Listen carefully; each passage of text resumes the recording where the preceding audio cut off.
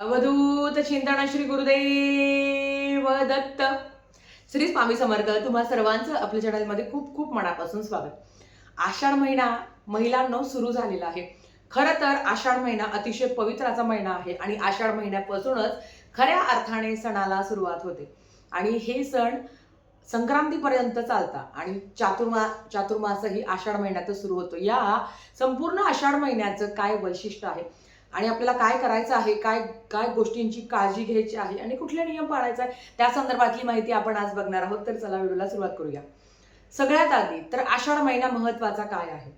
कारण आषाढ महिना हा धार्मिक दृष्ट्या खूप महत्वाचा आहे. कारण चातुर्मास आषाढी एकादशीला सुरू होतो. देवशयनी आषाढी एकादशी यंदा 25 जुलै 2026 वार शनिवार ह्या दिवशीपासून चातुर्मास सुरू होतो.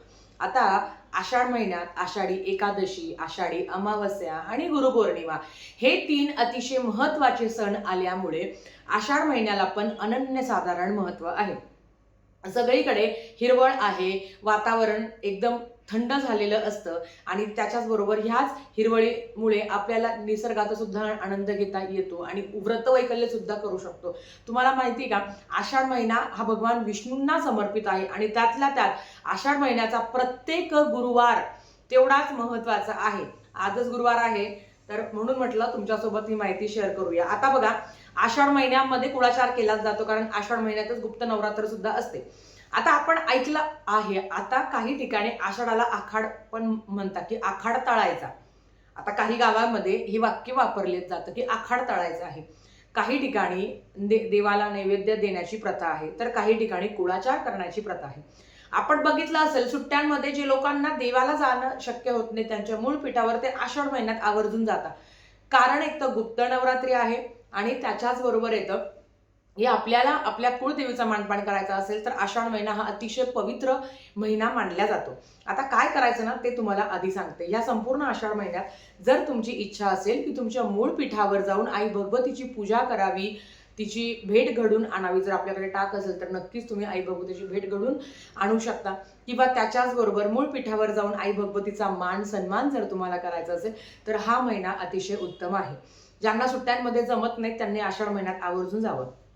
आता तिथेही जाणं शक्य होत नाही तर प्रत्येकाच्या गावात आपल्या कुळदेवीचं मंदिर असेल किंवा घरात आपल्या कुळदेवीचा फोटो मूर्ती असेल तर एक तरी सवाष्णी आषाढ महिन्यात जेवली पाहिजे. तुम्ही बघत असाल की आषाढ महिन्यात दान धर्म सुद्धा महत्वाचा आहे आणि जर तुम्ही मूळ पीठावर गेले तर आवर्जून तुमची इच्छा तुम्ही 1, 7, 9, 11, खरं तर आता प्रत्येकाचं वैयक्तिक असतं की काही ठिकाणी असं असतं की कुळदेवीला जाऊन आल्या आल्या डायरेक्ट 9 सवाष्णी किंवा 11 सवाष्णी जेव घालतात. काहींचं असं असतं की एक तरी सवाष्णी आपण जेव घातली पाहिजे कुळदेवीला जाऊन आल्यावर. पण आता ज्यांना शक्यच होत नाही त्यांनी घरात तरी आपली एक स्त्री जेवेल, तिचा मानपान होईल, तिची ओटी वगैरे भरायची आणि आपल्या देवीची सुद्धा ओटी तुम्ही भरू शकता. हे आवर्जून या संपूर्ण महिन्यात ताई ओटी कधी कधी भरायची किंवा सवाष्णी कधी जेव घालू शकतो. आपण काही कोणाच्या घरी जेव्हा जेवायला जातो किंवा आपणही कोणाला बोलवतो तर काय असतं ना, मंगळवार आणि शुक्रवार हे 2 दिवस असतात. तर या संपूर्ण महिन्यामध्ये कुठल्याही मंगळवारी किंवा कुठल्याही शुक्रवारी तुम्ही हे कार्य करू शकता. आणि त्याच्याबरोबर दुसरं येतं की आपले जे ग्रामदैवत आहे त्यांचा मानपान, ज्याला आपण आखाड तळणं म्हणतो. आता आखाड तळणं याचा अर्थ, आता तुम्हाला हा शब्द माहितीच असेल किंवा माहिती नसेल तर सांगते. काही गावात खरं तर किंबहुना सगळीकडे ही पद्धत आहे की आपले जी काही देवी आहे, आपली ग्रामदैवत आहे किंवा माता लक्ष्मी आहे, आता आपल्याकडे म्हणजे नाशिकचं जर बघायला गेलं तर सांड्यावरच्या देवीला जाऊन आपण देवीचं मानपान करत असतो. आपल्या स्टॉपजवळ, आपल्या घराच्या जवळ एक म्हसोबांचं मंदिर असतं, त्यांचाही मानपान केला जातो. आता आपण देवीचं बघूया. गोड आखाड तळणं, काही ठिकाणी गोड आखाड तळला जातो, काही ठिकाणी खारा आखाड असतो म्हणजे खारं. आता गोड काय ते तुम्हाला सांगते. मग आपण वरण भात करतो, मेथीची भाजी करतो, खीर करतो आणि गोड पुऱ्या करतो. याचा नैवेद्य तुम्ही तुमच्या जे काही ग्रामदैवत आहे तुमच्या जवळपास, लक्ष्मी आईचं मंदिर आहे, आता आमच्या माहेरी तर लक्ष्मी आईच्या मंदिरात जाऊन नैवेद्य दिले जायचे आणि सासरी तर सांड्यावरची देवी आणि घराजवळ एक एक म्हसोबाचं मंदिर आहे. आणि मीच नाहीये, म्हणजे आमच्या समाजात वगैरे नाही, हे सगळीकडे केलं जातं. तुमच्याकडे पण असेल तर तुम्ही हे आवर्जून करावं. म्हसोबांचा मानपानही केला जातो. ते कसं ते पण सांगते. आता गोड नैवेद्य केल्यावर तुम्ही कधी पण तो गोड नैवेद्य मंगळवारी, शुक्रवारी किंवा गुरुवारी तुमची इच्छा असेल तर तुम्ही तो नैवेद्य घेऊन जाऊ शकता. नैवेद्य तुम्ही 7 बारके बारके नैवेद्य चांदक्या करायच्या, 7 नैवेद्य किंवा 11 नैवेद्य, सॉरी 7 किंवा 9 नैवेद्य तुम्ही घेऊन जाऊ शकता. काय असतं ना, तुम्हाला सांगते, वर्षभर आपण त्या रस्त्याने जात असतो, रोजची आपली रहदारी असते, तर तिथे म्हसोबा महाराजांचं मंदिर प्रत्येकाच्या गावात असतंच बरं का. तर म्हसोबा महाराजांच्या मंदिरात जाऊन ह्या संपूर्ण आषाढ महिन्यामध्ये नारळ फोडायचा असतो. आणि खरं तर ना, म्हसोबा महाराजांच्या मंदिरात म्हसोबा महाराजांना आहे ना खारा नैवेद्य दाखवला जातो, म्हणजे मांसाहाराचा नैवेद्य दाखवला जातो. आणि काही ठिकाणी मांसाहाराचा पण नैवेद्य दाखवला जातो. प्रत्येकाची चालीरीती परंपरा ही वेगवेगळी आहे. प्रत्येकाने आपापलं ते फॉलो करावं.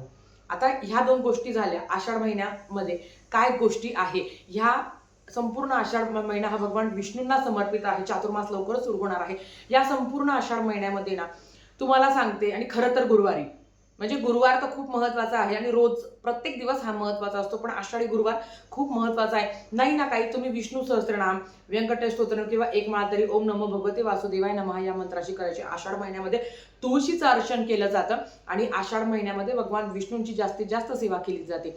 म्हणजे मग त्याच्यामध्ये विष्णू सहस्त्रनामाचे सुद्धा पाठ केले जातात. आता तुळशीचं अर्चन म्हणजे मग तुमच्याकडे विठुरायाची मूर्ती असेल, बाळकृष्णांची मूर्ती असेल किंवा भगवान विष्णूंची मूर्ती फोटो असेल, तो सुद्धा तुम्हाला तिथे एकतरी तुळशीपत्र रोज अर्पण करायचं. आणि खरं तर आता वारी सुरू झालेली आहे. आपण बातम्यांमध्ये बघतो आणि प्रत्येकीचं एक स्वप्न असतं की आयुष्यातून एकदा तरी वारी अटेंड करावी. आणि काही काही लोक खूप भाग्यवान आहे, म्हणजे अगदी लहान वयातले मुलं सुद्धा वारीला जातात. तर हा जो आषाढ महिना आहे ना, हा आता आपल्याला वारकरी संप्रदाय माहिती आहे, ते तर बिचारे पूर्ण म्हणजे जीवाचं रान करत, काही दुर्घटना पण आपण ऐकतो, पण ते बिचारे जो आनंद आहे ना वारीत जाण्याचा, जेव्हा तू बघते ना तेव्हा असं वाटतं की एकदा तरी परमेश्वरा तेवढी इच्छा पूर्ण कर. खरंच तुम्हाला सांगते की वारीत जर तुमचे नातेवाईक असेल किंवा तुम्हालाही जाणं शक्य असेल, बरेच लोक जातात दिवे घाटवरनं, तर तुम्ही खरंच खूप भाग्यवान आहात. हे प्रत्येकाच्या नशिबात माई आहे. म्हणून सांगते की आपण घरात बसून तर सेवा करू शकतो. रोज एक तुळशी पान. आणि खरं तर आषाढ महिन्यात तुम्ही तुळस तोडायची नाही. स्त्रिया कधीच तुळस तोडत नाही, पण आषाढ महिन्यात आपणही तुळस तोडू नये. आणि नक्कीच आषाढ महिन्यात तुम्ही तुळशीचं रोप लावू शकता. एकतरी तुळस तुम्ही तुमच्या घरात जर नसेल तर तुम्ही आवर्जून लावू शकता. तुळस 2 प्रकारची असते, एक कृष्ण तुळस असते, एक राधा तुळस असते. जी तुम्हाला शक्य असेल ती तुळस तुम्ही लावू शकता. आणि एक तरी तुळशीचं पत्र अर्पण करायचं. आणि बाजारात आपण जेव्हा फुलं आणायला जातो त्याच्याबरोबर भरपूर असे तुळशीचे पत्र आपल्याला मिळतात. रोज एक एक एक एक अर्पण केलं तरी चालतं. आणि नंतर ते दुसऱ्या दिवशी तुम्ही निर्माल्यात टाकून देऊ शकता. हा सुंदर असा आषाढ महिन्याचा औचित्य साधून कुळदेवीचा मानपान जरी नाही जाणं शक्य होतं तर घरात करावं. आणि ते आमच्याकडे म्हसोबा महाराजांचं मंदिरच नाही आहे, मग काय करायचं, तर हे मी तुम्हाला आषाढी अमावास्येच्या व्हिडिओमध्ये नक्की सांगेन.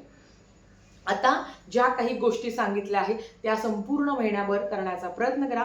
रोज विष्णू सहस्त्रनाम श्रवण करा किंवा पठण करा. आणि गुरुवारी वाचता येत नाही, मला काहीच कळत नाही, तिथे देवासमोर बसायचं. युट्यूबला जर माझा व्हिडिओ दिसतोय तर विष्णू सहस्त्रनाम तुम्हाला दिसेल, लावून द्या, शांततेत ऐका. चुकला एखादा शब्द, सगळेच शब्द चुकले तरी अडचण नाही, तुम्ही बसलेत, तुम्ही केलं, हे महत्वाचं आहे. परमेश्वर हा भक्तीचा भुकेला आहे. आणि महिलांनो तुम्हाला सांगते, आता तयार राहा, कारण आपल्याला या संपूर्ण चातुर्मासामध्ये खूप सुंदर अशा सेवा आपल्याला करायच्या आहे. कारण भगवान श्री हरी विष्णू ज्या काही आपण आता, कारण लवकरच श्रावण पण लागणार आहे, हे दिवस असे पटकन निघून जातील ना, ही सगळी सेवा करून काय मिळतं, तर आनंद मिळतो, समाधान मिळतो. आणि परमेश्वराला हीच प्रार्थना असते की मला कितीही दुःख दे बाबा, माझ्या लेकराबाळांना सुखात ठेव. आणि आपण जेव्हा सेवा करत असतो ना, तर आपल्या संपूर्ण कुटुंबावर एक संरक्षण कवच असतं. नक्कीच तुम्ही या संपूर्ण आषाढ महिन्यामध्ये जेवढी जमेल तेवढी सेवा करण्याचा प्रयत्न करा. आजच्यासाठी फक्त इतकं झालेली सेवा स्वामींच्या चरणी मी रुजू करते आणि आजचा व्हिडिओ इथेच थांबवते. आवडला असेल तर लाईक, शेअर, सबस्क्राईब करा. भेटूया परत अशाच एक नवीन व्हिडिओ सोबत. श्री स्वामी समर्थ.